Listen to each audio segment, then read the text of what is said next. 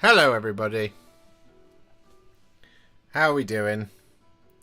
I'm sorry I'm late. I'm sorry I'm out of focus.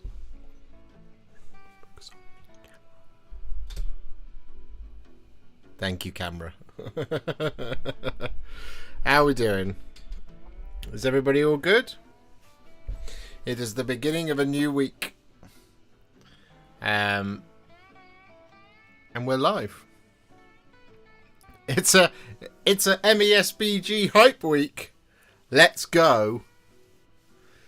Lots of MESBG stuff coming. I don't know if you guys have seen the next week. There is a lot of pre-order stuff for MESBG. So today we're going to do some Gondorians. Is what we're going to do. To get ourselves in the mood. And I think we will film it. I think we'll film it as well. We'll see how much we get done. I mean, the Gondor scheme, the Minas Tirith stuff isn't hard to do. It's not hard at all. It's just, there's a lot of it, as it were. So, for example, the black layer on the Warriors of Minas Tirith takes quite a long time because it's the boots, it's the trousers, it's the skirt, it's the shirts, it's the gloves, and the shields as well. So there's just a lot of it to do at one point. And then similarly for like the silver. But then once you've done the black and the silver, you've done most of it. So they're pretty quick to do. So there's a lot of stuff. So I don't know how much of it we'll get done, but we're gonna make a start on the video for the Gondorians today. What does everyone think of the Frydal mini? I think it's amazing. It's a gorgeous Exalted Champion. I have two criticisms. One, it's a little bit late, given that the Chaos stuff has already come out. And two, it's Forge World resin. Boo. But there we go. How's the Monday going? Monday, I started late today. I was really tired when I woke up. So I've just kind of been a little bit exhausted. Because I had quite a busy weekend. And this week's not going to get any less busy. But otherwise, I'm pretty excited. I'm looking forward to it. Should be good stuff. Waiting for the rest of the stuff in the Arcane Journal too. Exactly. It's just like, yeah, it's a lovely miniature. I'm glad it's here. It looks amazing. It's just February next year, I think is what it says, the article. Hey Josh, how are you? I'm okay. I am okay. Like I said, this morning I woke up. I was really tired. My eye hurt. So I just took it a little bit easy this morning. And as a consequence, I am now trying to make back the time, which is why we're late, and also because of the tiredness was why I accidentally set the stream for 7:30. Not that I normally do that. It's meant to go live at 5:30, so we're half an hour behind, and the stream was going to be 2 hours late. So it's just a bunch of idiocy on my part, but we should be all good. Cameron, thank you very much for 5 gifted Warhipster memberships, kicking us off in style. It's my birthday, so I'm giving you money. That's how it works now. That's not how it works, Cameron, but thank you very much. Happy birthday to you. Everybody wish Cameron a happy birthday. If you could, that would be lovely.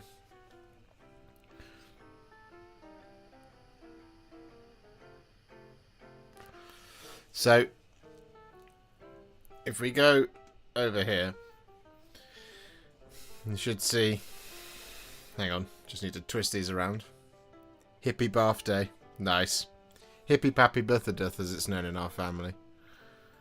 So we have 1 and a 2 and a 3.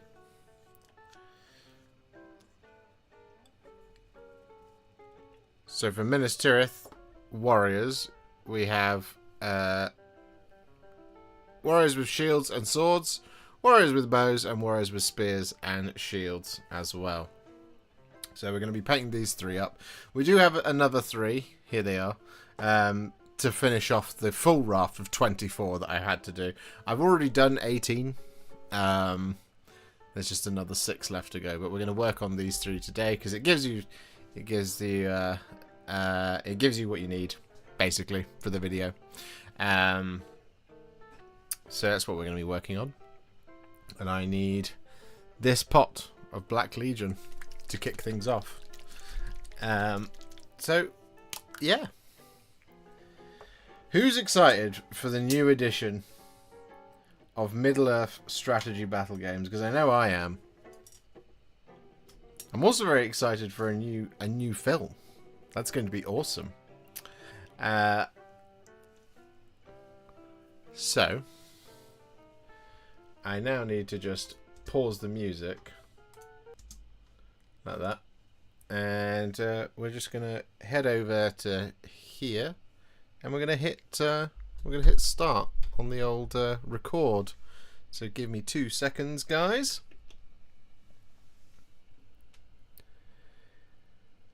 So the place we are starting on is, of course, the Warriors of Minas Tirith, and we've painted these before on the channel, so not a lot has actually changed here. So this should be a nice exercise in remembering what we do on the Warriors of Minas Tirith. But we're going to be painting these 3 up for the purposes of this point, and well, the colour we're going to be using first is Black Legion. Now we're going to be applying this over a lot of details here on these miniatures. So we're going to start on the kind of, well, skirts and things. So that's going to be this little bit just here, like that sort of thing. We're also going to be applying this over the top of any of the not quivers, the quivers on our bows, like that one there. And we're going to be applying this over the top of the inside and the outside of the shields. We're going to be applying this over the top of all of their clothes, so the trousers and their shirts and all of that as well. And we're going to be applying this over the top of their gloves. Now when it comes to the shields, on the outside part of the shields, we are just going to apply this all over the top. And the reason being is that it's much quicker to just colour in the white tree later with some white than it is to try and avoid painting over it now with the Black Legion.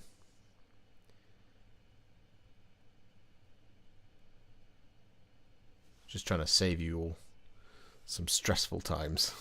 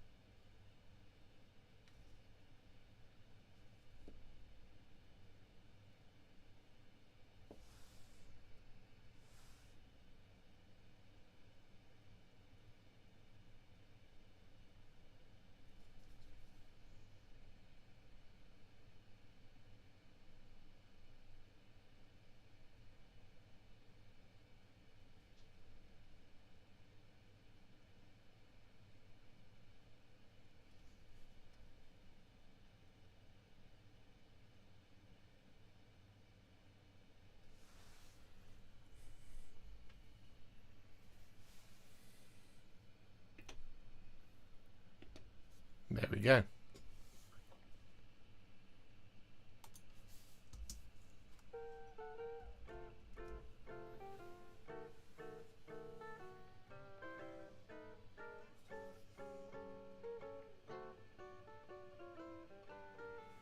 And that's what I mean. There is an awful lot of black details on these warriors of Minas Tirith, as you can see.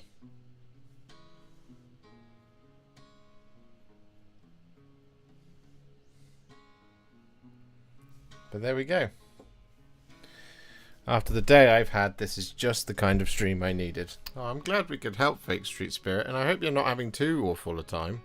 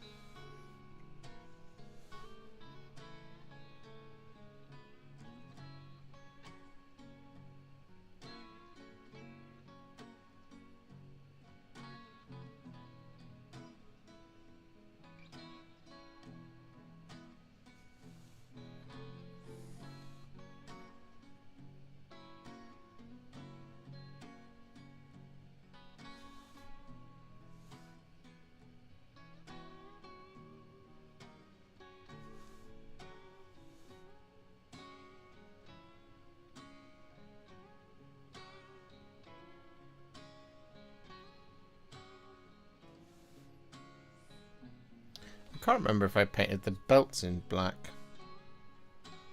Turns out I did.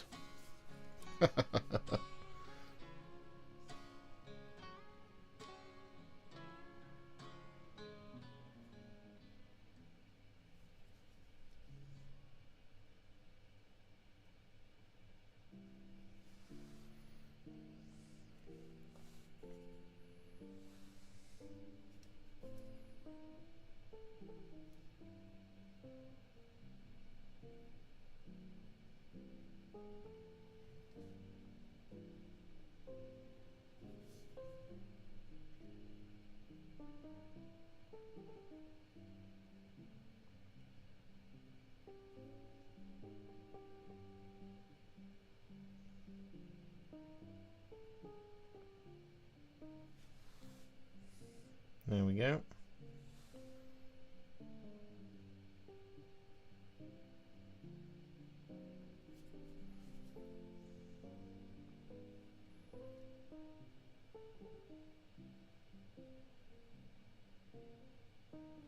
One thing I always like about painting MESBG models, especially the older ones, is they are not great. And that's good, because it means that there's a lot less kind of detail to have to deal with.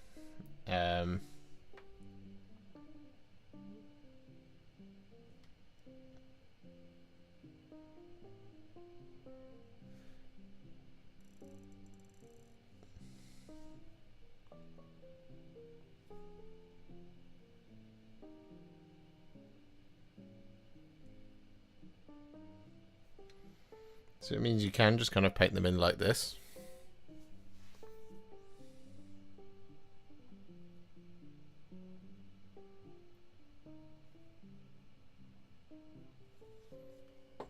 You know?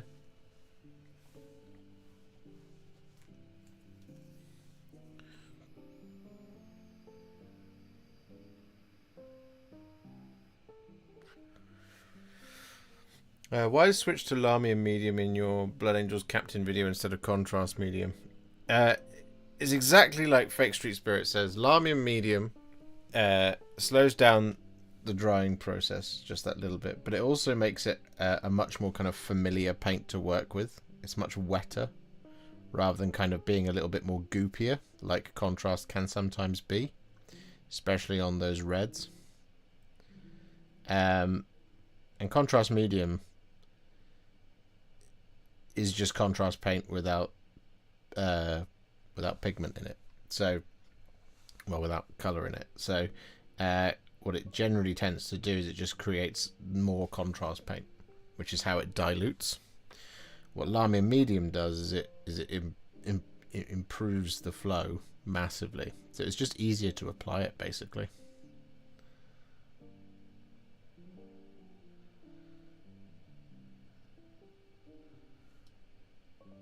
Either works, it's just what you prefer to work on. And I have massively preferred to work with Lamia medium as my my medium of choice for contrast paints in recent times. It's less labour intensive for me.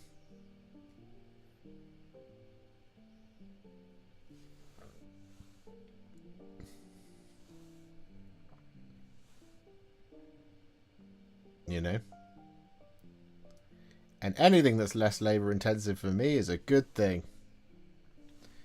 Based on how many models I paint in a year. As you can see, we're on 536. Good lord. We're shooting for 700 this year, for those of you who don't know. Not 700, 600. Good lord. 600 will be a record for me. We've already set a record by going to 536 on the year. That's a record for me in a year's space. But this year, the challenge for me was to get to 600.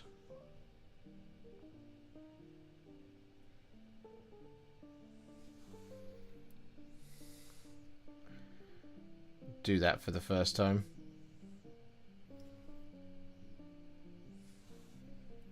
And if all I had to paint was Legions Imperialis and these guys, I might even be able to do 700, but that's not the case. I've got significantly more difficult things left to do this year.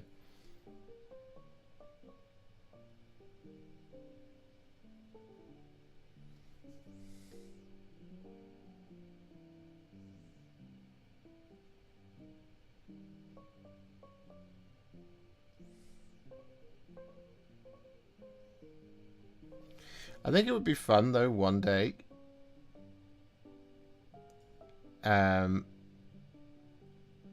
If we grow the channel, in terms of the amount of people who work here, if we ever get to that stage, that I hand off, just for like 6 months, hand off the painting of new miniatures to someone else for a bit, and just do a couple of videos about army painting. And just paint a couple of armies. Which is kind of like clearing the backlog videos, but more just like, here's an army that I've had on the books to do for a long time. And today we're going to finish it by painting up the remaining 2,500 points that needs to be done.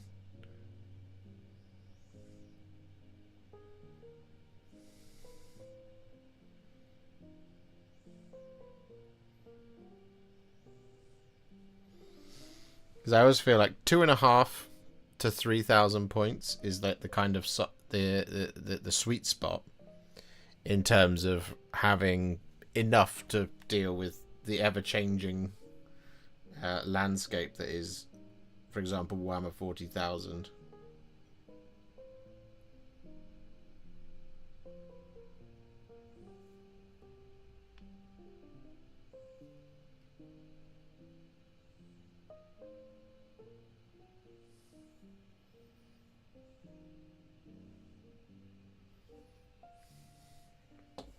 There we go.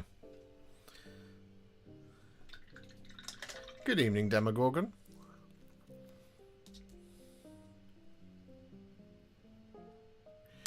Question. I've been having problems with my models becoming hydrophobic after priming in Grey Seer. Any insight? It might be that what's happening is that the Grey Seer is it's not properly mixed in the can. What I'd recommend, if you're going to prime in Grey Seer, especially at this time of year when it's really cold, fill up a warm basin of water and put your can of Grey Seer in. Not so much like the nozzle is submerged, or you can just run hot water over the outside of the can from the hot tap for about 30 seconds. Either way, you want to warm up the can till the point of where it's like it doesn't feel cold in your hands. Basically, you don't want to make it hot, but you want to warm up the can because it's a metal can, right? And then once that's done, do follow the instructions. Give it a really good shake for 30 seconds. That should deal with it. And that will deal with it most of the year round, apart from in the summer, when your cans will be hot anyway because of the ambient temperature of the room. But when it's winter, use warm to hot water to heat up your cans, and then give them a good shake for 30 seconds, and that should deal with it.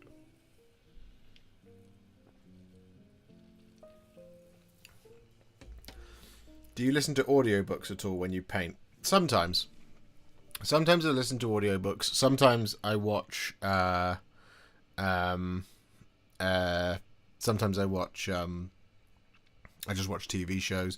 A lot of the time, I have people who are streaming on in the background, because what I can't do is have something that captivates my attention, because I'm going to be turning it off and on constantly as I'm filming, because I film pretty much 99% of what I paint. Hi people, someone help me? I'm not YouTube Pro user, but I don't see the join button on Josh's channel. I use iPhone if those matter. Are you on an iPhone right now, No Skill Painter?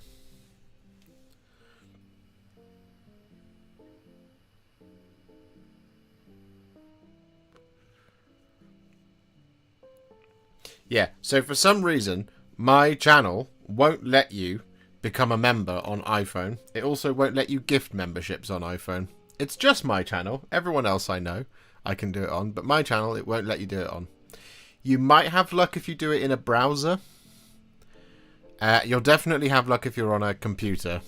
And some Android tablets are generally fine. Sometimes the iPad is okay, but a lot of the time, my channel's the only one on YouTube that I watch, where apparently you can't become members using iOS devices. And I spoke to YouTube about this, and they said, yeah, that's how it is. You can't become members on iOS devices. And I was like, well, that's just not true, because here's the photographic evidence that you can. And they were like, no.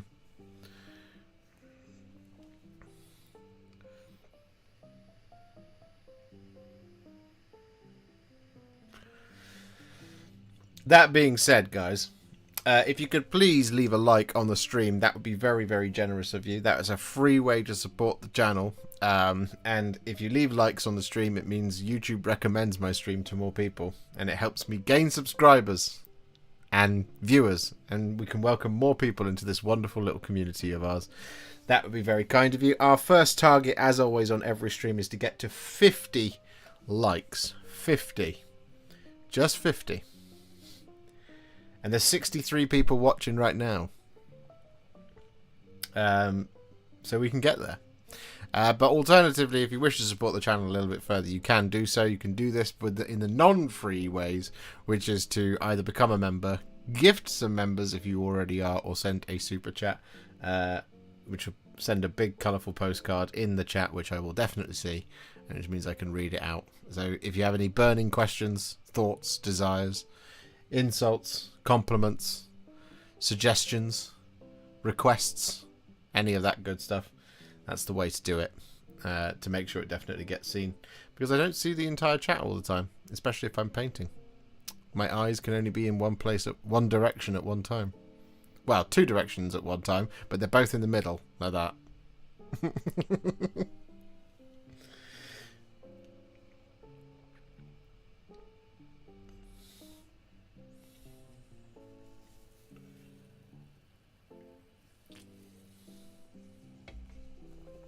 I really like the look of the nougats, but the army box feels light given the fragility of the little green bar stewards on the tabletop. Yeah, but I imagine that because they're heavy cavalry, they'll have a 4+ save and 6 wounds. 5-6 wounds each.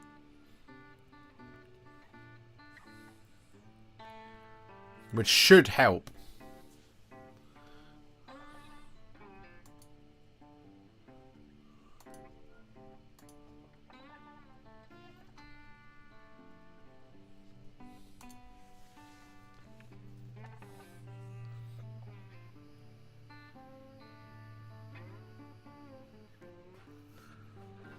Fulgrim before the end of the year. Yeah, I really want to do it, Cam.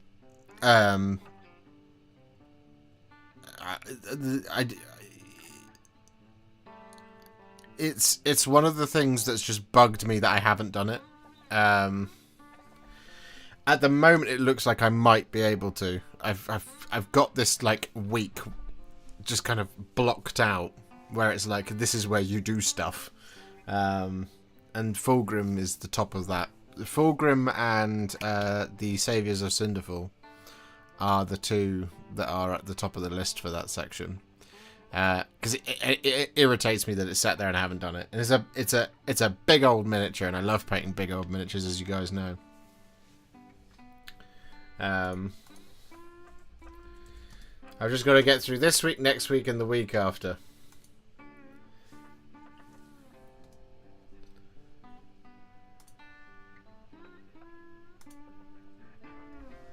Right, what's the next colour? I think it's Cygor Brown.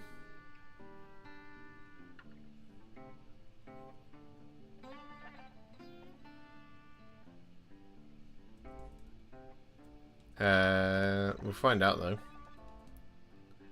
in just a moment.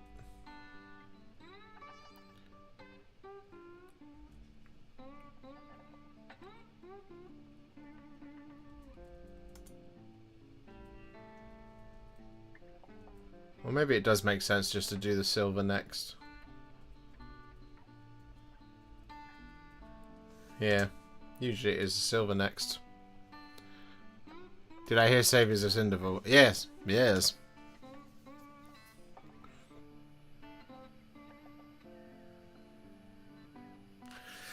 I've been really enjoying your warband-sized vids recently. Thank you, Marley. You'll be pleased to hear that the Jaws of Itzel will be coming on Thursday. I can go and get them and show... no, I can't. They're all the way over there. Jaws of Itzel are coming on Thursday. As the next video. We need lead belcher.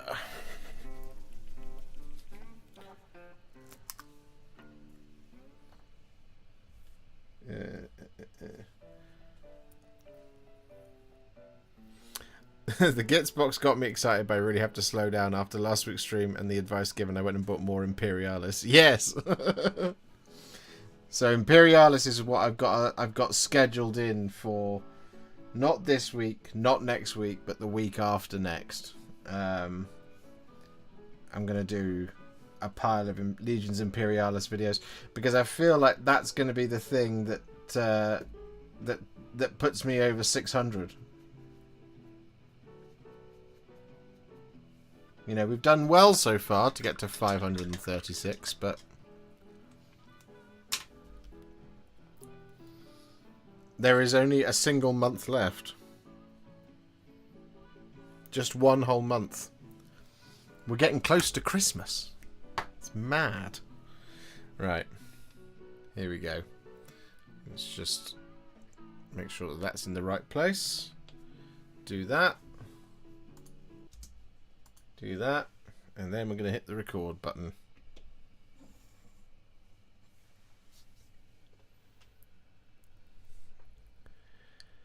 So with all of that Black Legion applied, it's a little bit early than what we normally do, but what we are going to do is we're going to take some thinned down lead belcher, and we're going to apply this over top of all of our silver details. Now this is going to include all of the armour, the trim on the shields, and any weapons such as the sword blades and spear tips.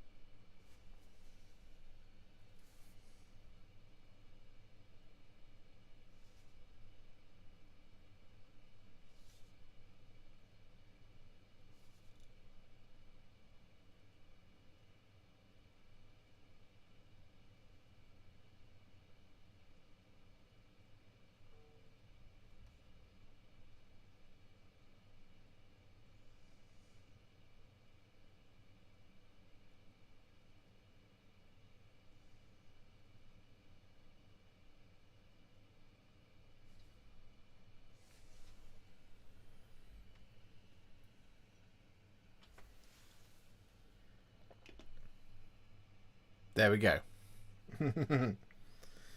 We're back.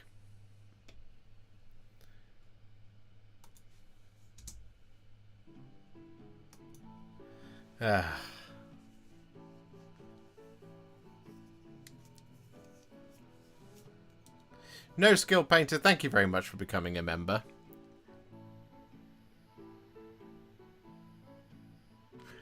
Oh, damn it, I missed a bit.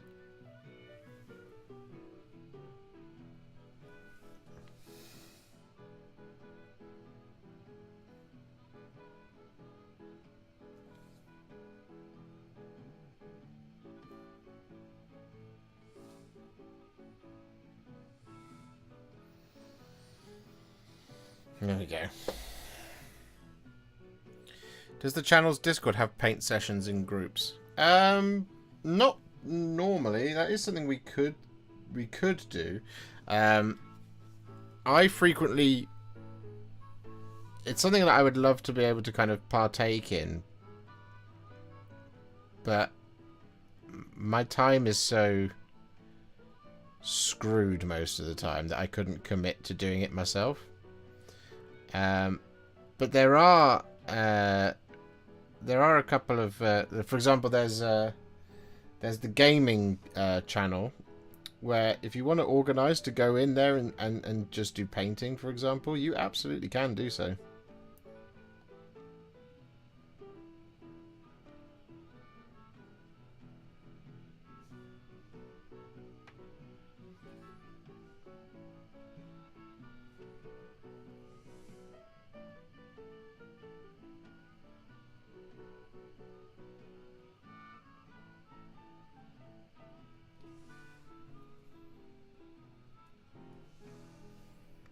Tattooed Zoologist, thank you for being a member for 8 months. Do I get a pen when I reach 1 year?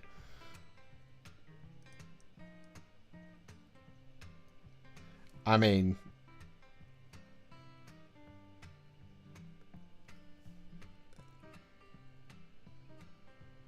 I wish I could give you a pen.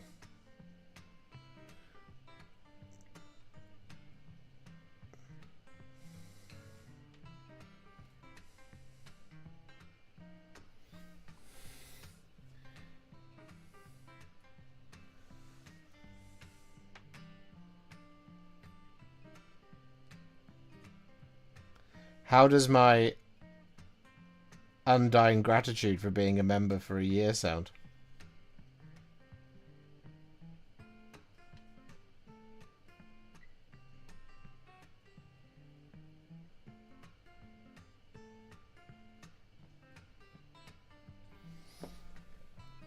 Because as tired as you are of hearing it from people like me and other YouTubers you may watch, but it is true, it's the people who choose to subscribe on Patreon or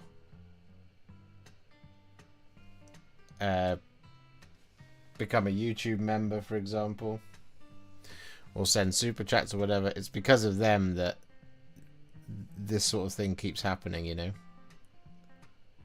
That you guys are the kind of above and beyond support, which is phenomenal.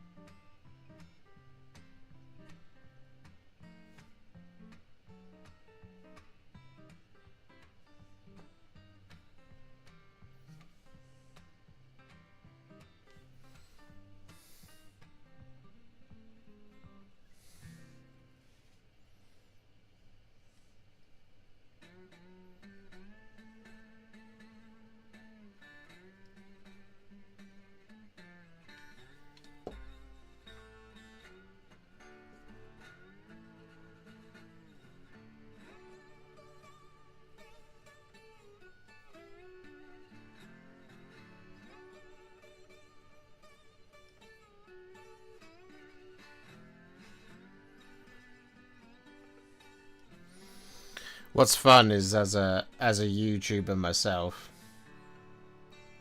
um,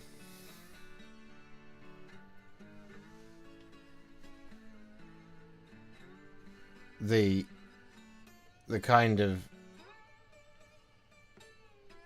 it's such a it's such an interesting job to have, because on the one hand, you know, you're doing as much work as a job, but at the same time, no one forced you to do it. So you just entirely voluntary went, hey, I'm going to do this thing now.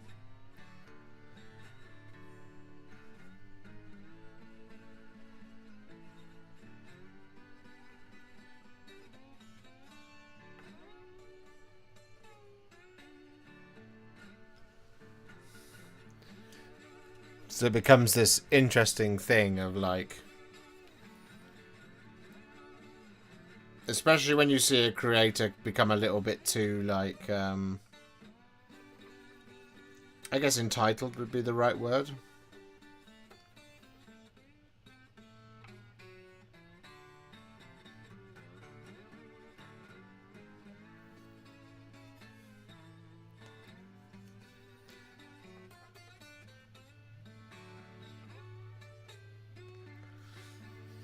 It's kind of like, well, if it's so hard, don't do it then, you know?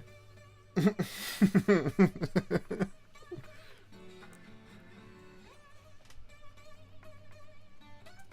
going to paint the third one sat in a comfortable position.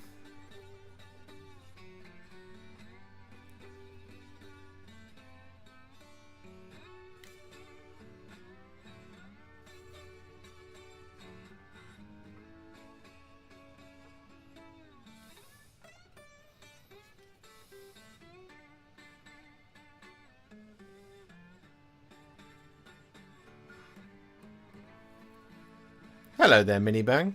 I'm very well. How are you?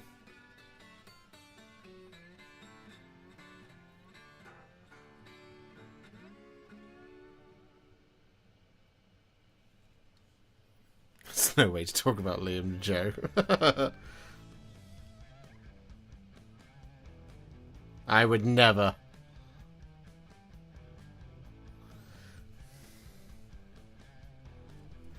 No, there's quite a there's quite a few like instances of you know, just some creators losing it. Mostly over on Twitch. And it's always funny to watch because it's just like, guys, chill out.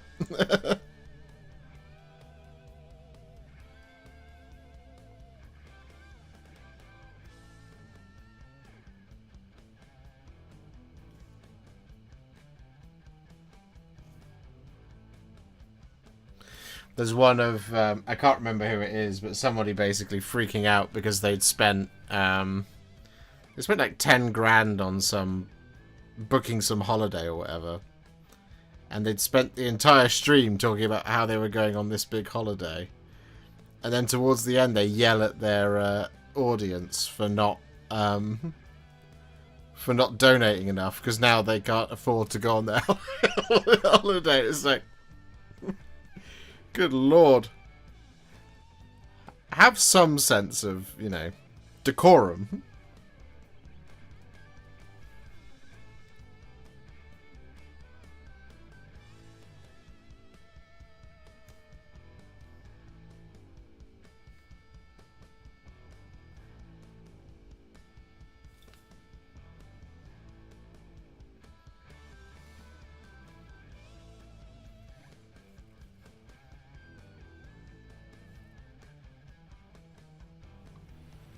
Sounds like Liam.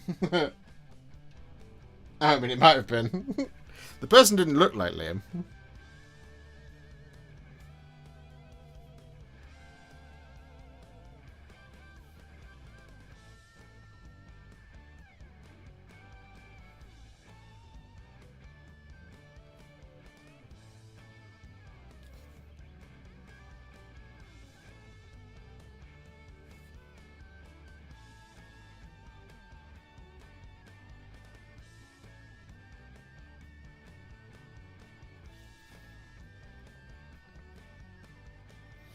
That's the interesting thing about a job like this is it's the best job in the world. And it's also really, really hard work.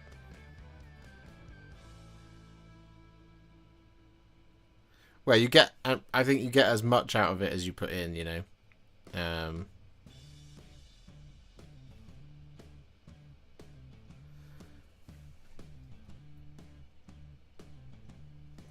You know, I do what, 2 videos a week and 2 streams a week, which, you know, is a lot, but at the same time it's not as much as some other people who are out here doing, you know, 5 videos a week, or 7 streams a week, or whatever. It's a bit of a blend, you know.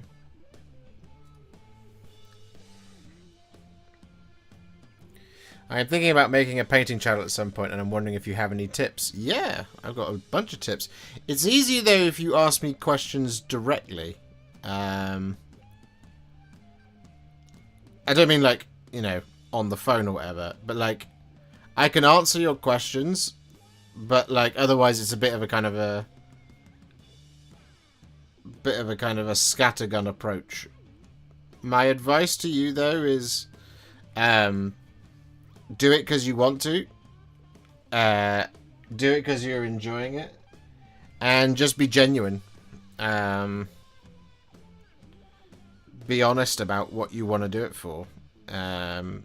With yourself. You don't have to be honest with your audience. Well, you do have to be honest with the audience, but be honest with the reason why you want to do it. And I think that helps you maintain longevity. And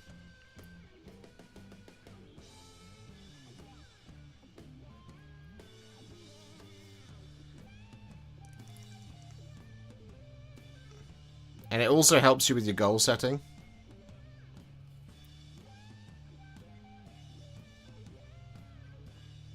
And it gives you a direction in which to move. And your audiences will your audience will find you.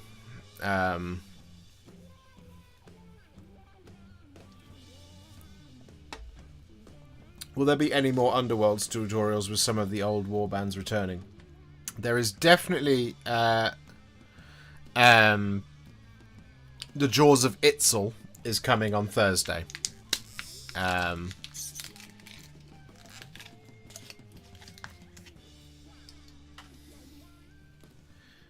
Did I update that members target?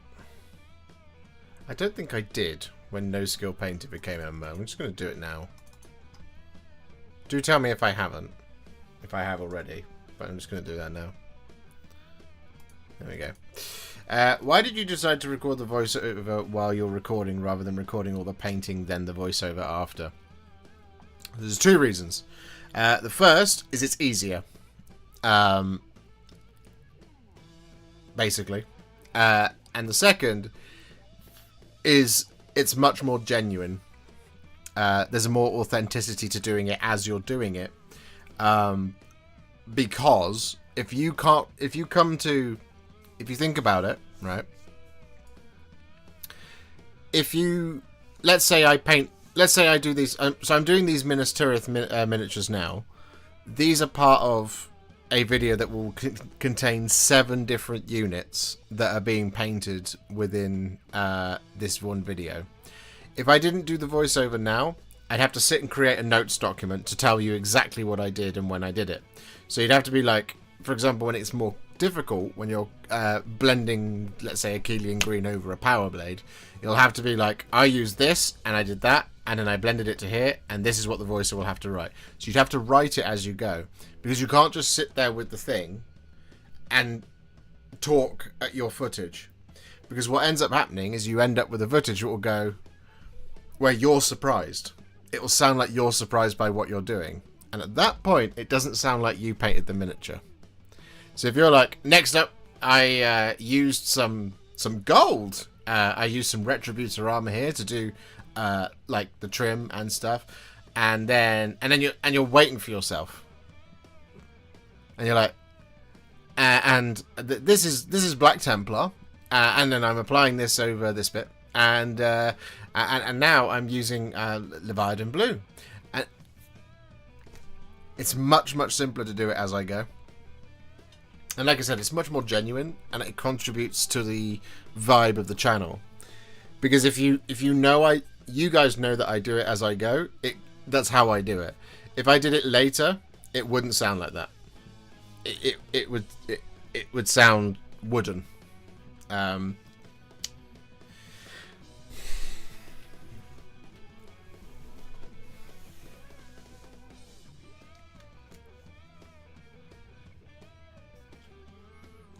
That's why.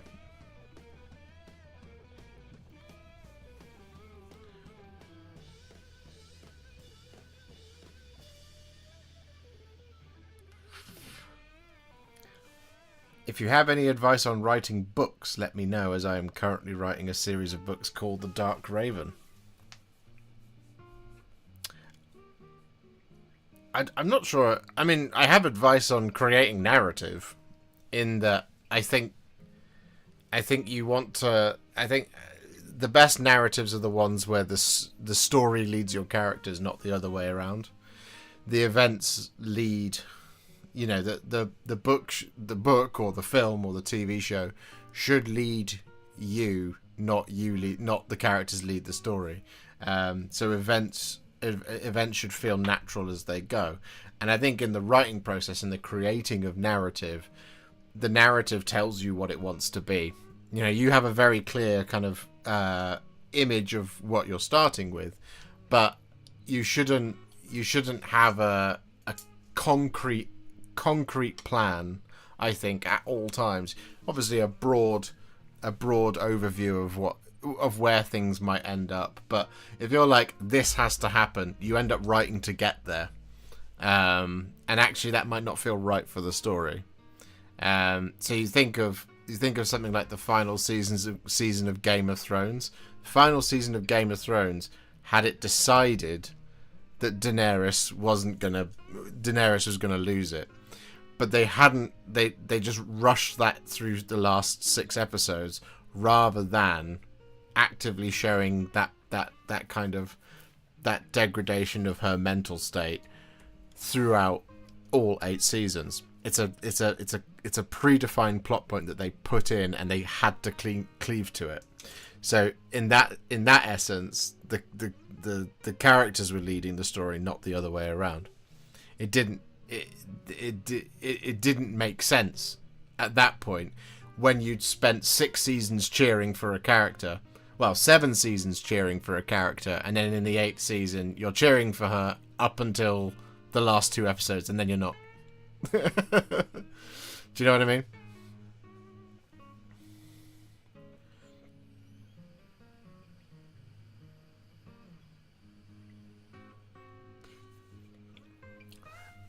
You know, I always think that's like, you know, because characters can develop traits, or they can develop personalities beyond what you initially expected by continuing to write them or enjoy in that narrative.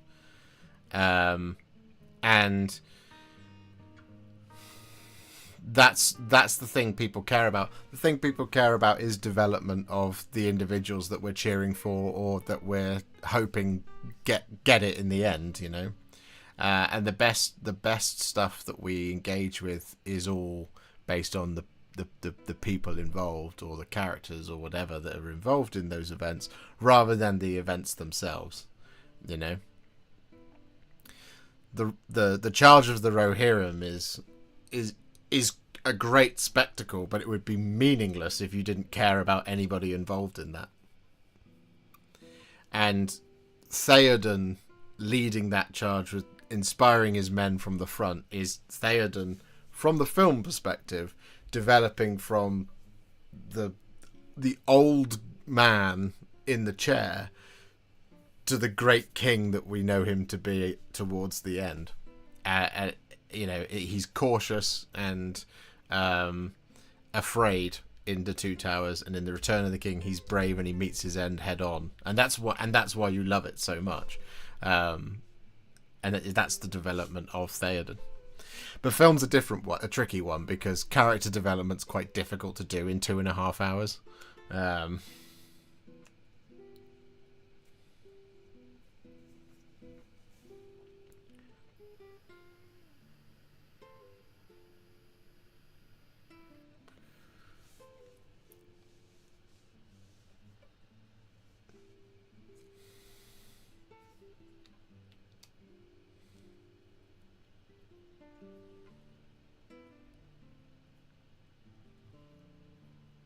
Neither is necessarily good or bad. It was just a big change in style and was ultimately rushed. Yeah, exactly. Character-led writing into plot-led writing. Yeah. And when you're plot-led, you have these. If you change halfway through because the plot has to go a certain way, your characters are no longer developing. They're just an audience to what you're describing.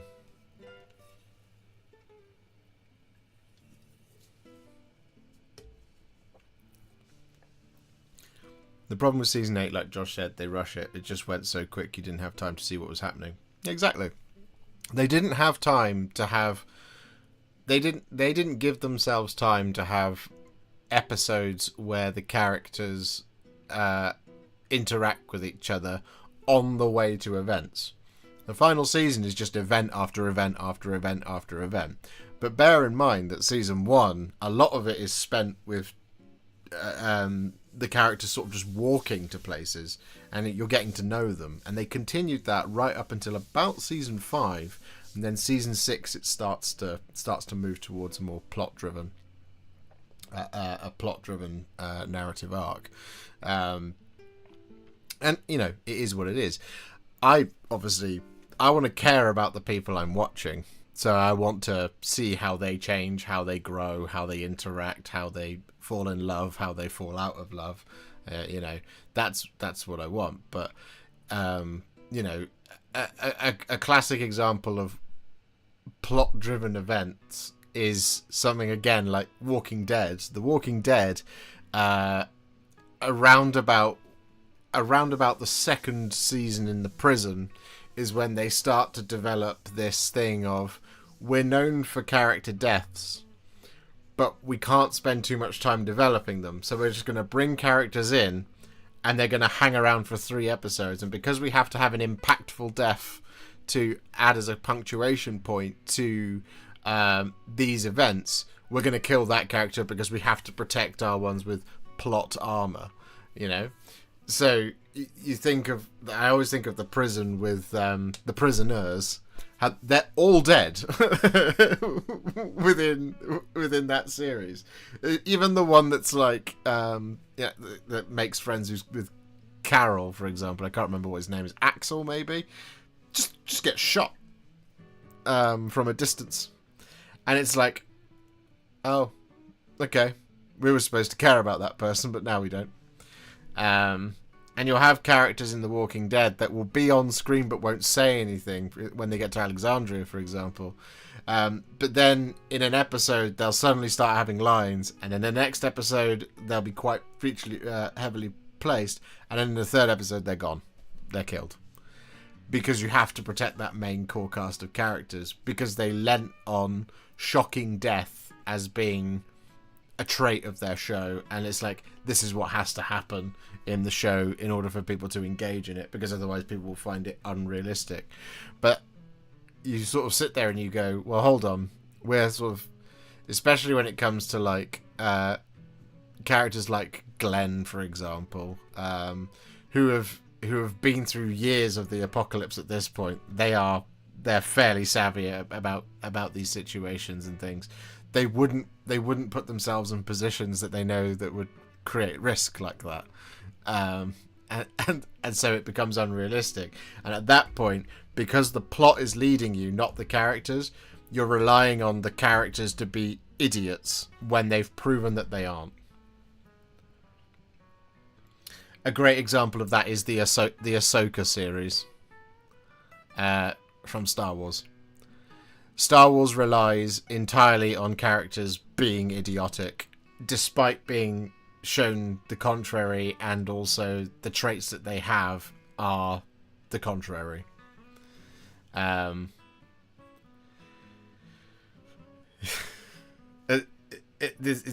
entire premise of that show relies on Sabine being an idiot, and she's not. She's just not.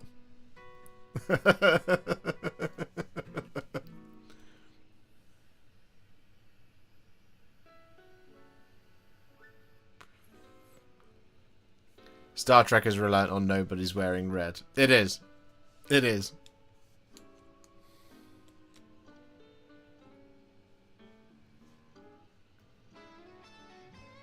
Have you seen Dan Da Dan? It's a show about two idiots. I have not.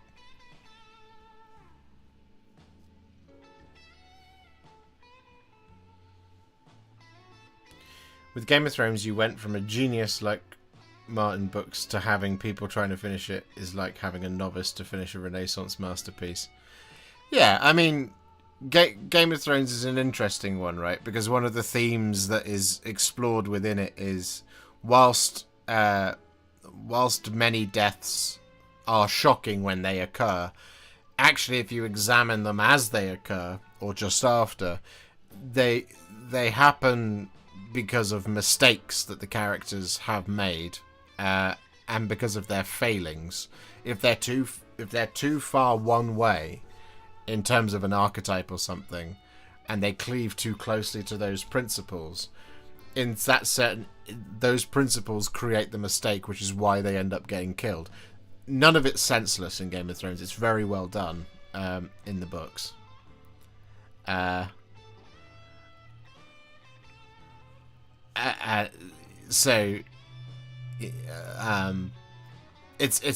very, very, very, very well done. But then in the last season, they abandoned that.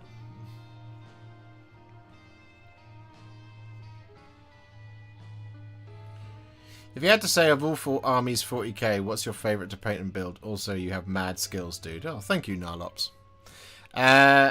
Of all armies 40k, what's my favourite to paint and build? Well, none of them to build. I hate building. Building sucks. I mean, Space Marines are probably the easiest to build, for sure. You know where you are with a Space Marine, really. So, for that reason and that reason alone, I would pick Space Marines for building. To paint,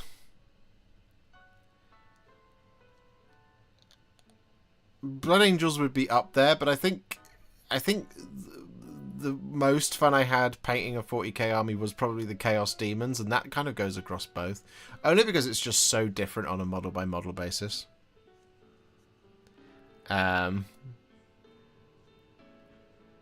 If I want to make the Arcanaut Company for Barak Mornar a bit darker, what should I use instead of Stormfiend so they are closer to the normal Barak Mornar colour? I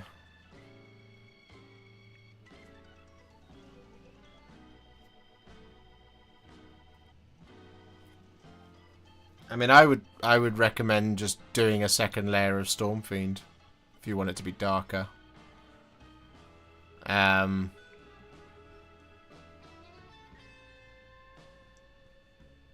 Would be my recommendation. If you look at how I did Vander's Hammerhand, that's the darker version. Yeah, on his Dracoth.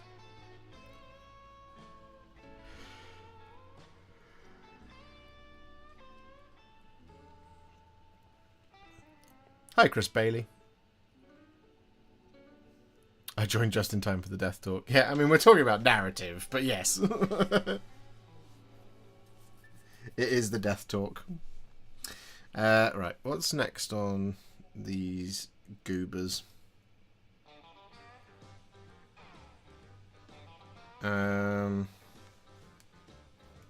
I missed a bit of black.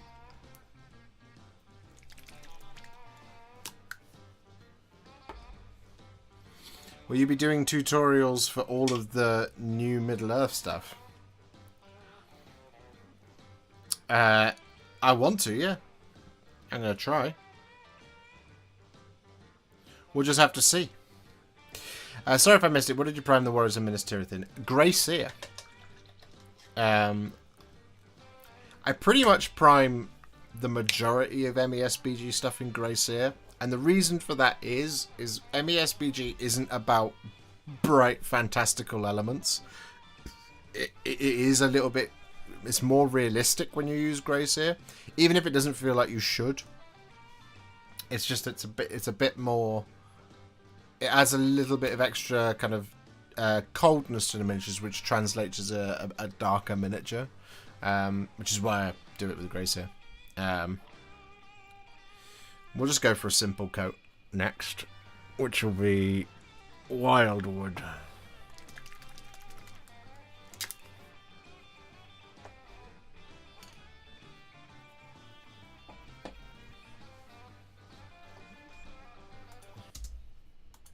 So just for the sake of,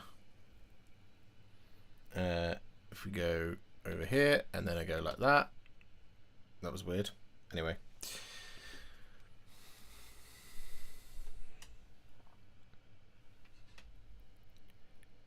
So with all of that lead belcher applied, as you can see, it's a lot of silver. What we're going to do is a pretty easy coat next, which is to take some wildwood, and we're going to apply this over top of all of their hair.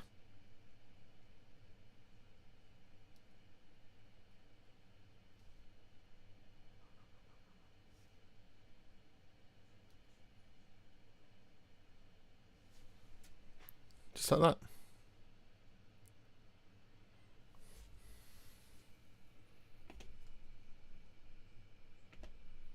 There we go. Easy.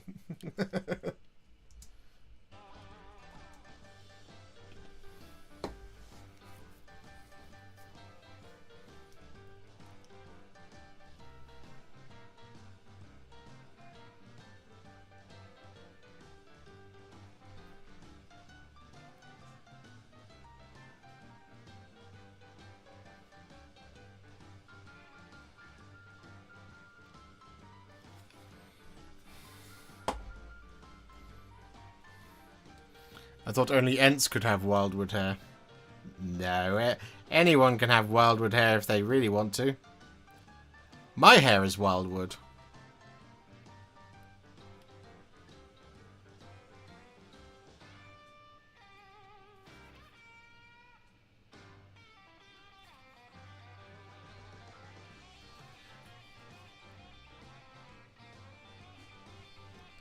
My hair is wildwood with the occasional bit of...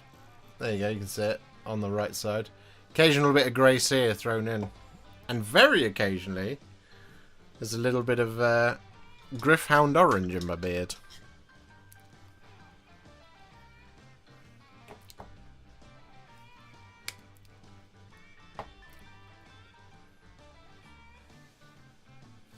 And then the next colour will be Cygor brown.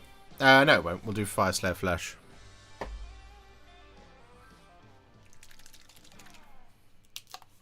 We'll just do it now.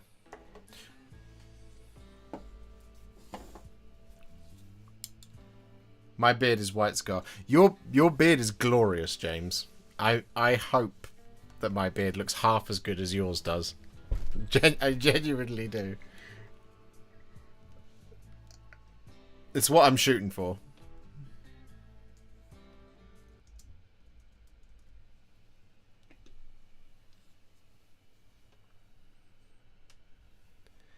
And so with that wildwood all applied, we're then going to take a small amount of Fyreslayer Flesh and we're going to apply this over the top of all of their faces.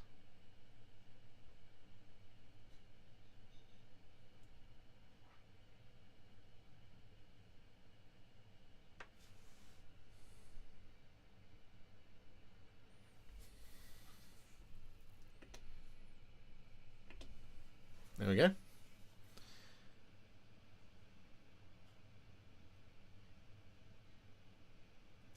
This is the thing about the Minas Tirith scheme, is once you get the black and the silver out of the way, It's basically gold, flesh, hair, and the last bit of leather left to do. And then there's a couple of shades, and I want to say just 2 highlights, basically.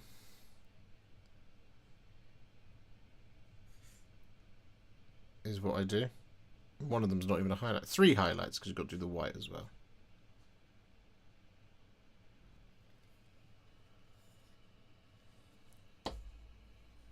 It's a nice and simple scheme. Which makes a change from what I normally do, eh?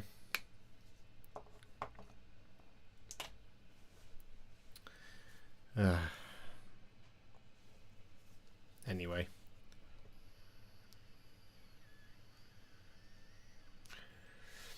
We are a mere 2 likes away from 50, everybody. On the stream.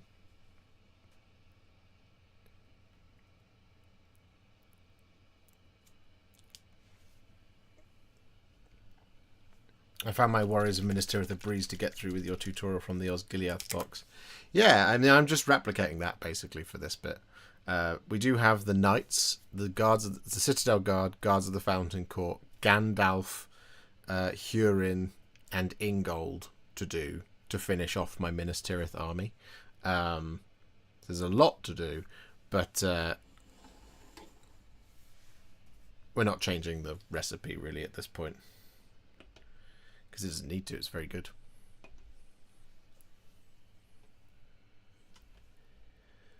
With that Fire Slayer flesh all applied, we're then going to take some Cygor Brown. And we're going to apply this over the top of the wood. This is going to be things like the bows, the spears, and we're also going to apply this over the top of the scabbards for the swords.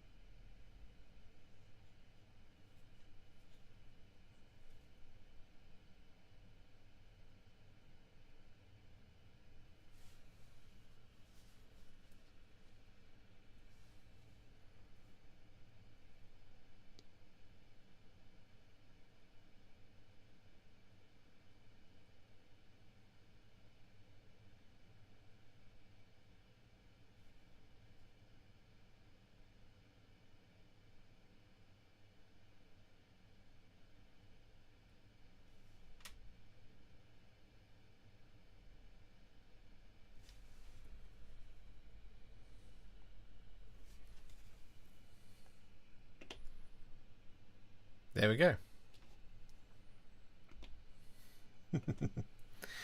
I considered getting into the MESBG with this new release, but after the nightmare of putting together Bard's family, I'm ice cold on any resin models. Well, you'll be pleased to hear that the majority of the Rohan range, in fact, the majority of the film armies, are all in plastic. Now, there's the occasional character here and there, but for example, in Rohan, the riders, the warriors, they're all in plastic. Theoden, Eomer, Dernhelm, otherwise known as Eowyn, is also in plastic. The only things that are metal for them are the Rohan Royal Guard, but that might change. We don't know. We don't know yet what's going on that front. And the same goes for Minas Tirith. So things like Gandalf the White is a plastic miniature. All of these are plastic. The Knights are plastic. The Citadel Guard, they are they're metal. And the Guards of the Fountain Court are unfortunately fine cast, which is awful. But I think a lot of this is subject to change coming up soon. And all of that stuff that's in the new edition, the new box, it's plastic. So it'll be much nicer to work with than the hideousness that is the Forge World resin. It's generally only things like, those new Arnor releases, they were all in resin. I think some of the new characters for War of the Rohirrim are also resin. I'm not sure. Pretty certain some of them are. We'll see.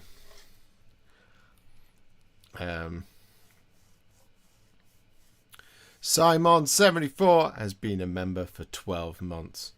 Thank you so much, Simon. Josh, where would you start with Grombrindle's hair? Grombrindle's hair. Let me look it up. It's white, isn't it? Grombrindle.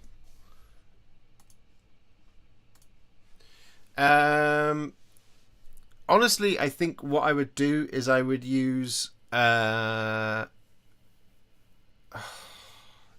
quite bright, isn't it? I would probably use Apothecary White over the top of... I've got Grombrindle to do, and I've primed him in White Scar, I believe. Yeah. So I would probably use Apothecary White because it's a really soft white. But then I would use Apothecary White over a white base, and then I would just highlight it with White Scar once again. If you've gone darker, like on Grey Seer, you could still do the same thing, but you would probably need to do Apothecary White followed by Corax White, then using White Scar, would be what I would say for Grombrindle's hair and beard.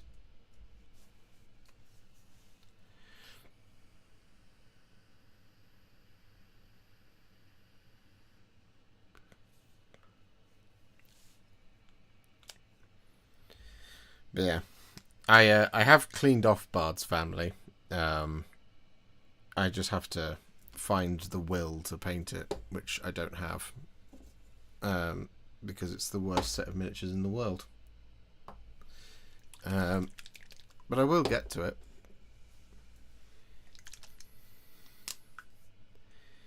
Wraithbone, lol. Is the hair a good starting point? Yeah, I'd say so. It's quite a prominent feature on him. I would suggest... Well, so the reason why I would say actually yes, that is a pretty good place to start is because there's so many details around it. If you're gonna go down, so from Wraithbone, if you were to use Apothecary White, which will make it this kind of sort of grey, but then relayer it with Corax White and then highlight it with White Scar, what I would do is I would do Apothecary White, do the relayer of Corax White, then paint everything else, and then do the highlights at the end.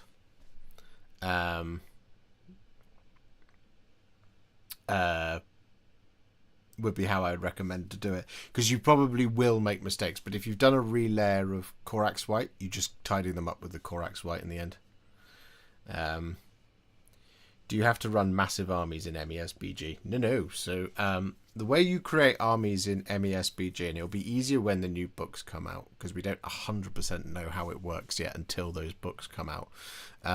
But the way you create armies in MESBG is you'll pick a hero, and there will be a certain level of hero. So you have something like a hero of fortitude, a hero of valor, and a hero of legend, I think, and then you have minor heroes and independent heroes as well. So someone like Theoden is a hero of legend. So Theoden as a hero of legend can lead a bunch of different stuff, but he can only lead, I want to say, up to 18 models. Is what I want to say is he can take. I can't fully remember what the levels are. Adam and Rich Gwatkin, and I'm sure Carnate will know 100% the totals better than I will. But I think the general, and correct me if I'm wrong, guys, but isn't the general kind of recommended size around about 500 points? Is that correct? 750, I think, is a tournament.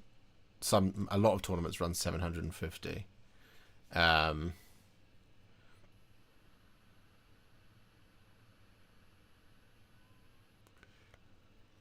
What's the general points limit?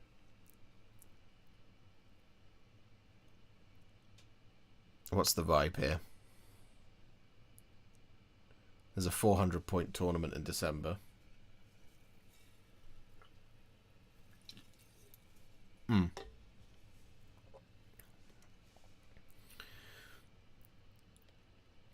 750 to 800 is large. Yeah, okay. So, an 800-point... we can do this live. Should we do this live? I'm going to use Battlescribe for this. Do forgive me. So if we go in here and we go for Middle-earth strategy battle games, and again, this is all set to change, so it might be different as of next weekend when the books come out. But if we, oh no, didn't want to do that. Rohan and strategy battle game. Rohan, my lord, is ready to fall.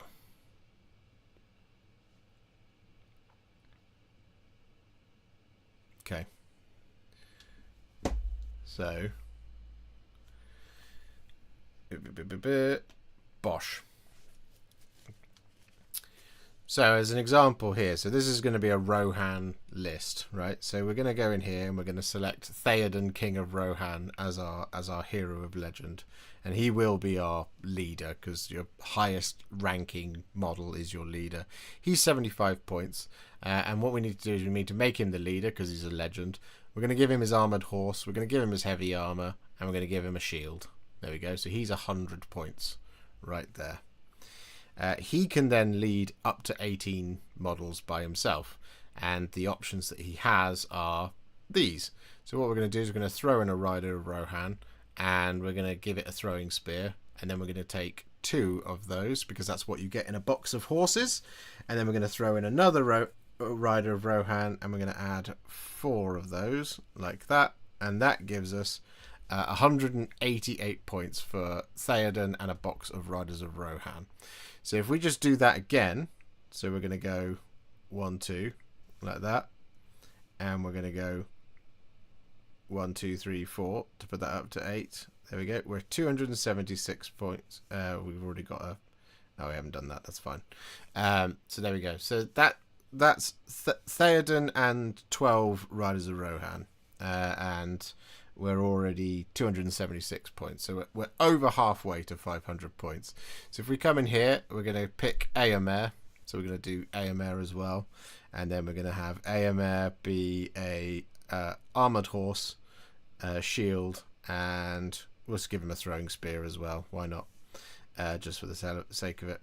And then for him, we're going to have him leading a Rider of Rohan. And we're going to go for throwing spears.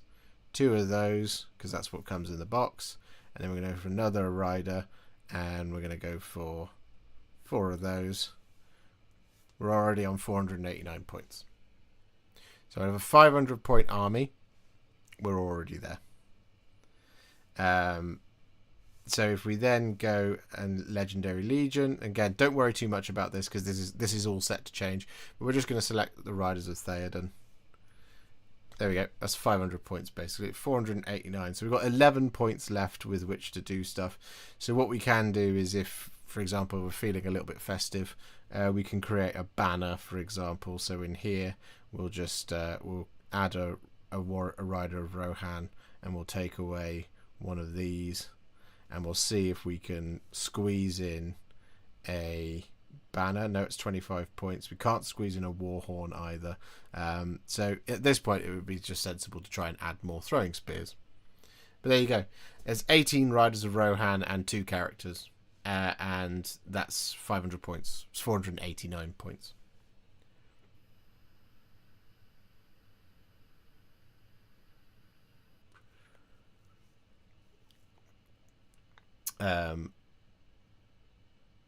And that's where, yeah, like I said, there you go.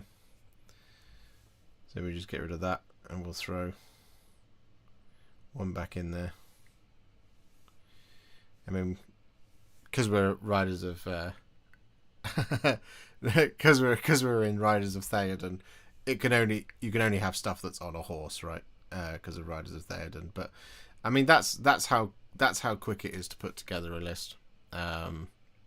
In terms of MESBG, especially at the 500 point mark. At 1,000 points, you can obviously do a lot more. So, for example, in King of Theoden, King of Rohan, in his warband, he's got 12 riders. Let's just add some Rohan Royal Guard. They have to be on a horse, and we'll give them throwing spears. And they come in packs of 3, so we'll just throw in a pack of 3 there. And for the sake of argument with Éomer, we'll do the same thing. We'll throw in Rohan Royal Guard, and we'll go throwing spears, and they have to be on a horse because of the Riders of Theoden detachment, and we'll do, there we go, that's 6 more models, and we're already at 591 points. We could give, we could throw in another Rohan Royal Guard. Oh no, we can't, because, oh yes we can, because that'd be 6, 7, 8, 9, 10, and we can put him on a horse, and we can give him a banner. There we go. Easy. And we can just take one away from here. That way we've not had to buy anything silly. And then we could come in here and we could go Hero Fortitude. We could put Deowine in, but that's a Forge World resin model. We could put Elfhelm in. That doesn't exist. Get Gamling. That's a metal model. So we could just go in Minor Hero. We could add in Dernhelm. And Dernhelm must have Meriadoc Brandybuck. And Meriadoc Brandybuck is there and must have a shield. There we go. We can give Dernhelm a spear. And then we can just have Dernhelm lead 5 Riders of Rohan, because we will be... you can only have 5 followers in a minor hero. There you go. And that's 764 points. And because we'd have had to buy an extra box of 6, we can just go back into Éomer, go into Warband, and we can add another throwing spear here. Like that. And in Dernhelm's Warband, we would get rid of 1. Like that. Throw in another. Give it a throwing spear. There you go. So at this point, we've bought 2 boxes of Rohan Royal Guard, 1, 2, 3, 4 boxes of Riders of Rohan and 3 characters, and we are on 782 points. Are Battle Host boxes playable? Yeah, pretty much.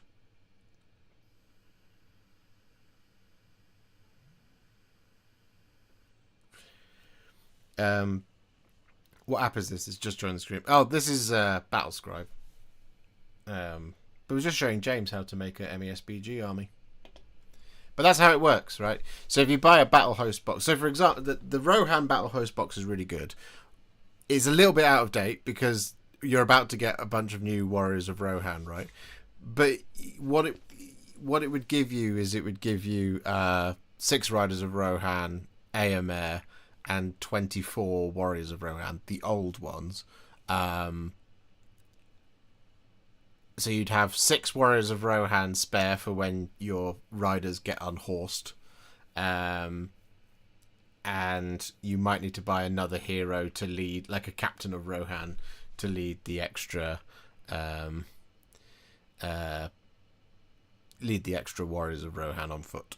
But the Battle Hose boxes are a really good start. Especially the evil ones. You just get stacks of models. You definitely need heroes to lead those, extra heroes to lead those ones. But yeah, they're a really good start, always.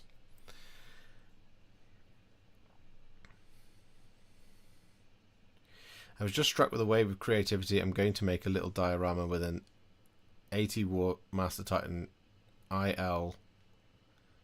I say Aeronautica Imperialis, Thunderhawk, AL Kratos, and some radioactive resin water. That sounds awesome. Remember, we're talking current rules, though. Until we get the details of the new version, we don't really know how much is changing. Exactly, Flying Muttley. We don't know 100% what's going to be different in this time next week. It is subject to change at the moment. I can't imagine it's going to change wildly. They've said it's not going to change wildly. We shall see. Obviously, I think they're going to just iron out some things, and make stuff a little bit more sensible in terms of making it make sense to play the game. The game is over 20 years old at this point. So there are some things that are a little bit just overly complicated and need to be simplified at this point, and I think that's what they're doing. So is the new box the best way to start? Yes, absolutely it is. So the new box will give you it has 24 Warriors of Rohan, 24 Dunlendings, for lack of a better word, Wolf, General Targ, Prince Haleth, and Prince Hammer. So you've got 2 forces straight out the box to play the game. Those would be road legal under the current rules. One would assume those would be heroes of fortitude rather than minor heroes. So you would have enough warriors to stack their war bands, as it were. It also comes with the full rule book in it. So that will give you an inkling as to how to play the game and also how it works. The only thing that I think is missing, and it's in the pre-order article, the announcement of the pre-order article, is the Armies of Middle-earth books. And there's 2 books that have been announced. There's the Armies of the Hobbit and the Armies of the Lord of the Rings, which I think will include both good and evil options in them. That's where we'll know how these armies go together, but those won't be in the main core box. But the main core box will be a good place to start. Also, I want to note my timing for entering this hobby is impeccable. Every game has gotten a new edition since I joined. 40k, AOS, Kill Team, Underworlds, MESBG. Just need Warcry 3 announced. Yeah, James, clearly, like myself, Games Workshop is like, James is here. Let's give him some treats. So yeah, it's a good thing you joined, because otherwise we may not have got all these new editions. Might still be languishing in terrible editions, or none of the cool stuff.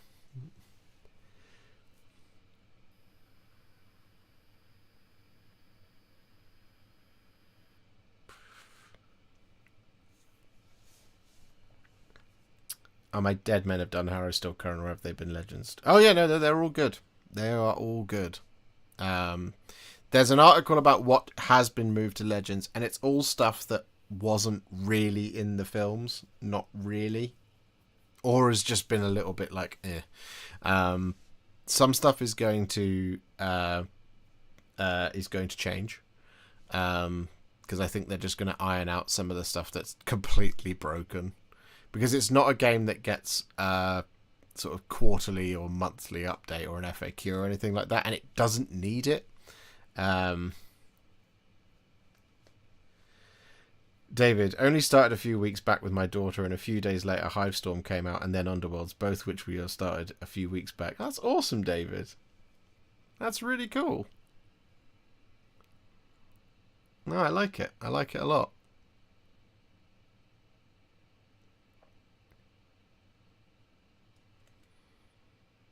Bard's family. Unfortunately, no, they didn't get sent to Legends. They are, unfortunately, quite a fixture in the films, in the Desolation of Smaug and the Battle of the Five Armies.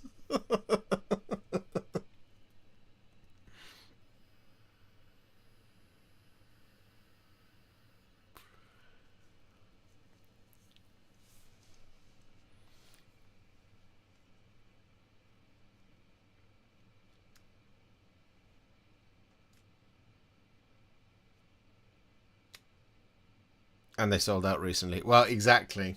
We here at the Warhipster community ensured that they would never go to Legends by buying out their entire stock of them. And they were like, holy crap, these models are really popular. We best not put them into Legends. Everybody loves them. We ought to make more. Stop the presses, everybody. We need to add more Bards families.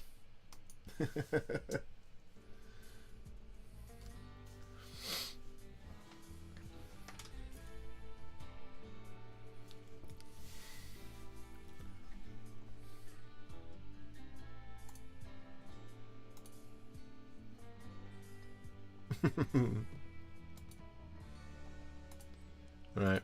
I'm going to see if I can snipe some of these grey names in the chat. See if you can get you guys a membership.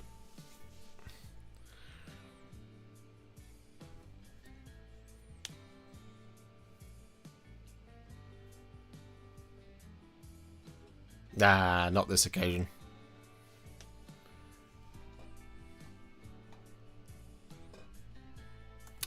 Have fun playing Space Marine 2, Tattooed Zoologist.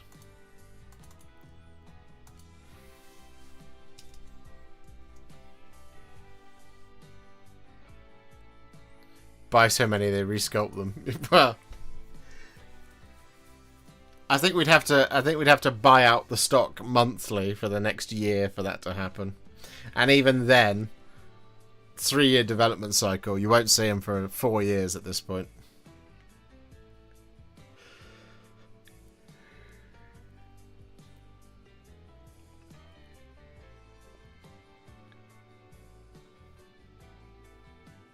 That would be something.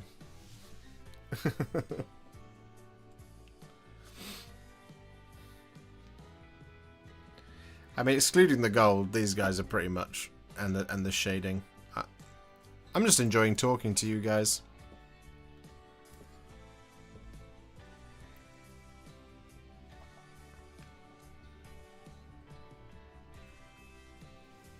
I have 74 sets of Bard's Family myself.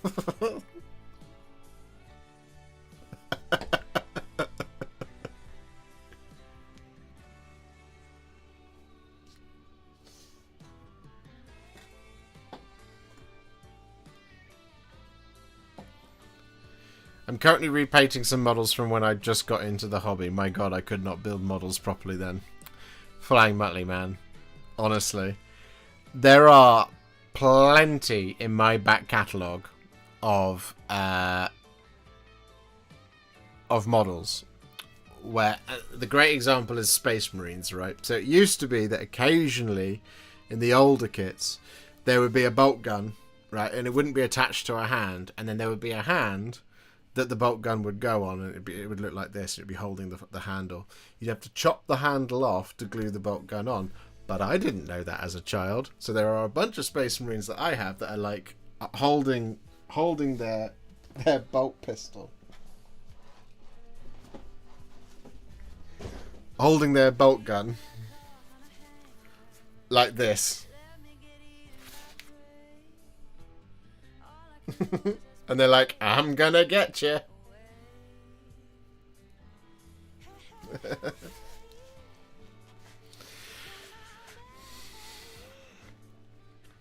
Do you know or recommend any good websites for scenery? My favourite terrain producer is darkfantasticmills.com.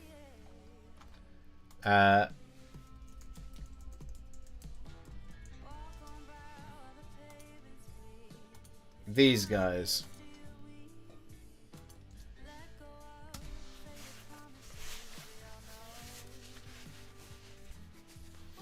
Wait, what is that? This?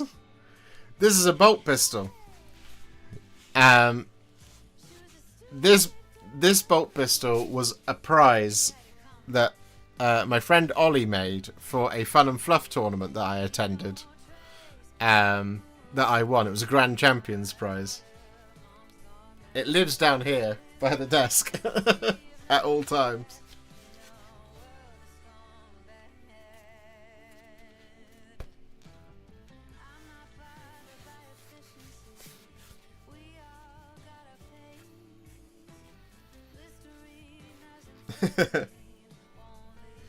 How to hire Ollie. If you look him up on Instagram and shoot him a message, he'll hate me for saying this. I'll shoot you his Instagram later, James.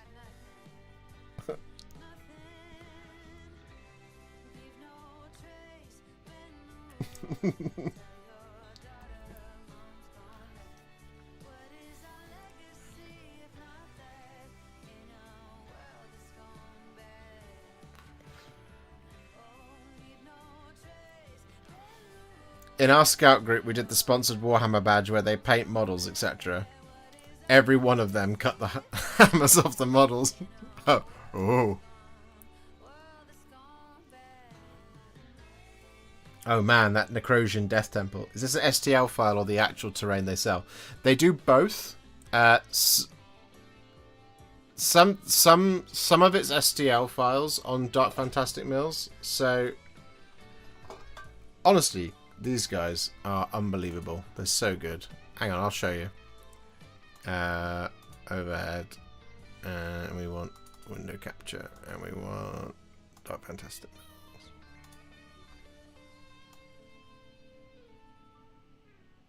So, Dark Fantastic Mills. So there's things like, so they have things like the home printing section, where you can get the STL files for all of this stuff, right?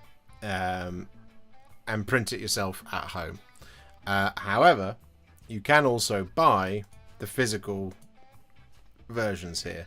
So, for example, in the Chaos Citadel stuff, there's all of this terrain.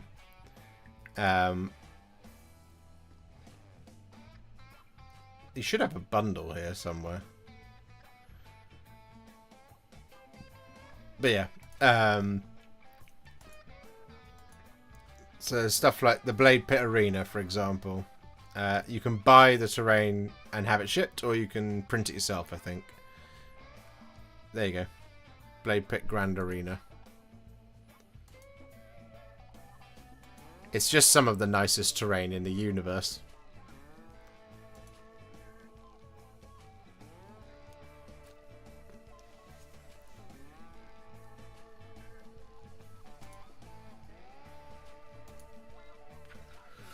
There you go. Speaking about hammers and Stormcast, don't you think the hammers are oversized? I don't. I think the hammers are perfectly sized. If anything, they should be bigger.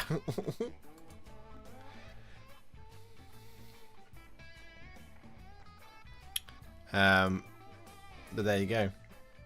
They've just done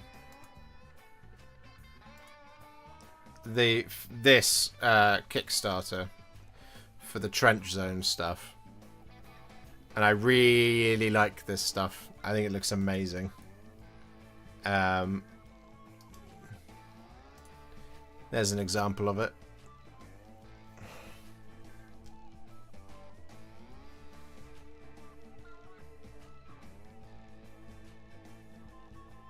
Being used in a big game. So there's all of this. These are STL files to print that thyself.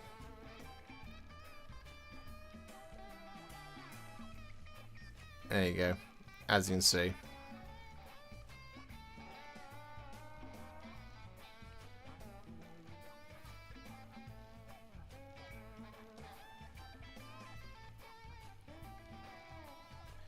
Just some of the best terrain I've ever seen in my life. I love it.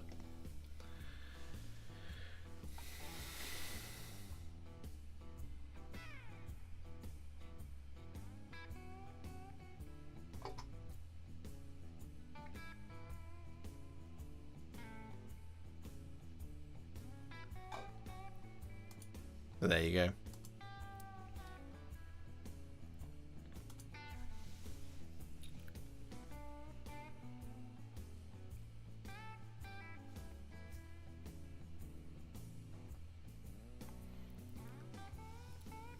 But there we have it. Anyway, I know it's a slightly... In a few years' time, Stormcast's about to have units with dual Grand Hammers. Good! The Stormcast Eternals are the faction that carry around the hammer that all Warhammer is named after. Gal Maraz. The Celestant Prime is the one that wields it. That is the hammer that all Warhammer is named after. Even Warhammer 40,000. It's named after the Warhammer, Gal Maraz. The entire brand is named after Warhammer. They are allowed to have giant hammers. They are the ones.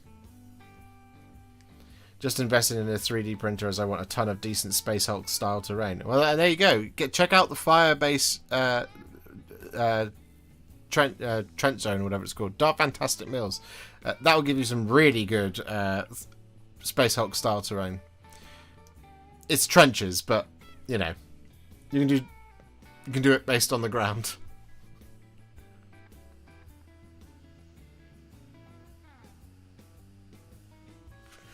Anyone want to paint my Tyranid army for me? I'll pay you in Bard's family. No! Chewy Zero! Thank you so much for 5 gifted Warhipster memberships. Let's see if I can snag myself. You didn't quite snag yourself there, unfortunately. Someone else can have a go. Maybe it won't let you gift yourself.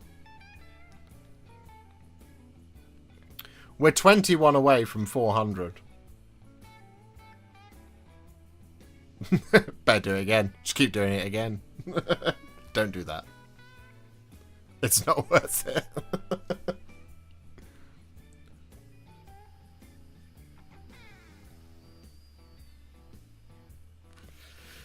Maybe I should try 100. I mean, you could. That is a lot of money, though. To just try and get yourself a green name. James Matthias, thank you so much for 20 gifted Warhipster memberships. Maleficent Ruler, 5 memberships. And Demogorgon for 5 memberships. There we go, that's 30 right there. Thank you so much, guys. That's incredibly kind of you.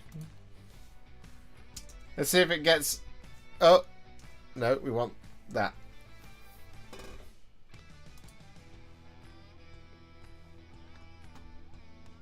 Thank you so much, James, Maleficent Ruler, and Demogorgon. It's very kind of you, thank you. And congratulations to everybody who just got a membership.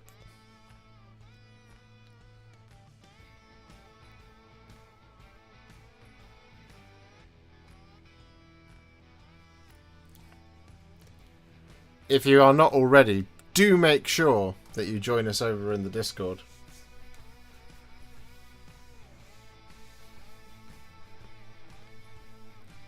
My evasion skill is too high. Yeah.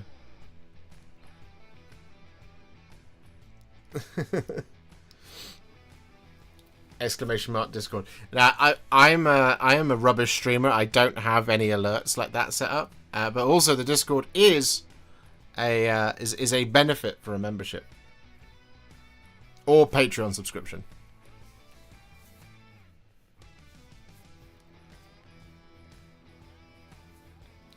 Well, that's very kind of you guys. Thank you so much. Shocking, Mr. Josh. I know, I'm a rubbish streamer. I don't have a Nightbot or anything like that because I'm an idiot and I don't know how to set it up and I don't trust it. Even though everyone uses it, I'm an idiot and don't know how to set it up.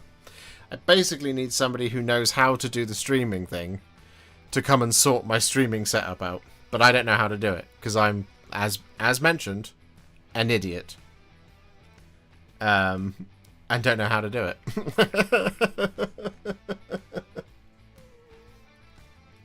You're all the bot we need. Exactly. Exactly.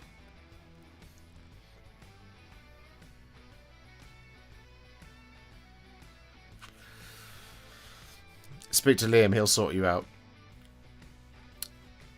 I will do when he's not feeling so yucky.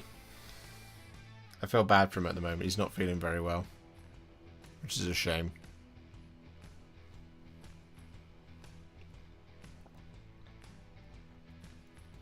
I need to get down there in the new year.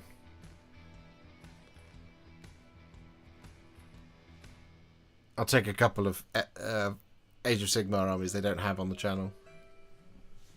Maybe I'll even let them convince me to play 40k. I know Joe really wants to play 40k with me. what happened to him. He's got some sort of man flu. Well, he's got flu. Or possibly COVID.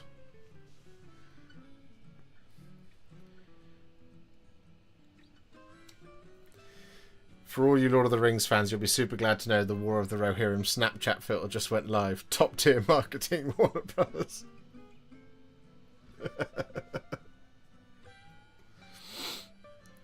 Used to are only like 15 minutes by land apart, right? Yeah. Plus another 2.5 hours. It takes me ages to get to Southampton. It'll take me a very long time. Joe is loving AOS at the moment. Yeah, as well he should be. As well we all should be. AOS is the best. Who knows though? Next year could be different. 40k could surprise me with the models. They've already surprised me. We got a really, really nice Warp Spiders Exarch. That looked great. The Krieg looked fantastic. The rest of the Eldar was fine. You know, taller versions of what we already have. But never mind. Doesn't matter. I'm not going to get bogged down into it. But Licky Kiss, or whatever it's called, looks amazing. Amazing model. That is the best 40k model that there has been in the last year and a bit. Where are you based then, Josh? Not that I'm stalking or anything. I am in Cheltenham, in Gloucestershire.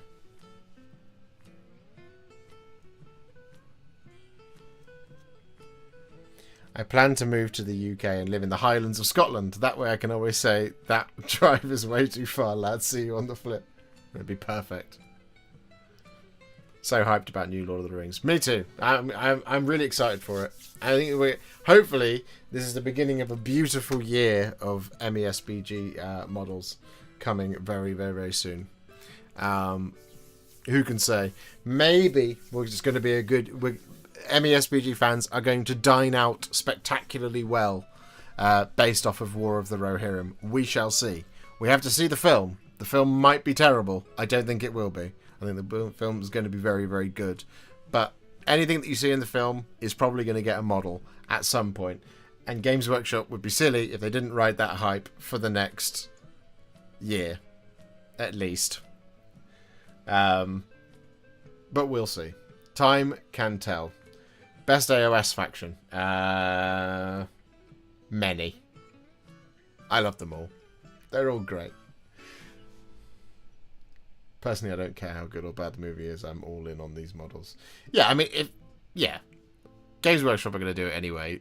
It's just whether or not it'll be tied to War of the Rohirrim. If it's really awful. But we'll see. Anyway, guys. We started a little bit later today because I am running behind and also I am an idiot. But we've gone on a little bit longer. But it is now 2 minutes to 8 and it's time for me to wrap up the stream for today. We will be back on Wednesday with another live stream. Probably painting more MESBG or something like that. I don't know. We shall see. We'll see what the news brings us as well. We never know, right? And then on Thursday, there will be a painting tutorial for the Jaws of Itzel. Another Underworld's war band. It's the Seraphon war band that has been sat on preview today. Pre-order last Saturday. So that video will be coming out for you on Thursday. To go and partner with the Grandfather's Gardeners, which came out on Saturday. And then there's a bunch of more content next week, starting on Saturday. But I can't tell you what that is. Anyway, I will see you all very soon in the next one. Here is the hand of farewell, and I shall wave it at you. When is Tailstream? This Sunday or next? It's on 8th. The 8th of December, I believe, is where it's scheduled for. I'll just answer this question. Hang on. Tails schedule December 8th of December. December the 8th is when the first Tails stream comes out. Anyway, here is the hand of farewell. I wave it at you, and I love you all. Thank you so much for being so generous, so beautiful, so wonderful, so funny, and so kind. I love you, and I will see you all very soon in the next one. Best audience in the world. Bye for now. Bye.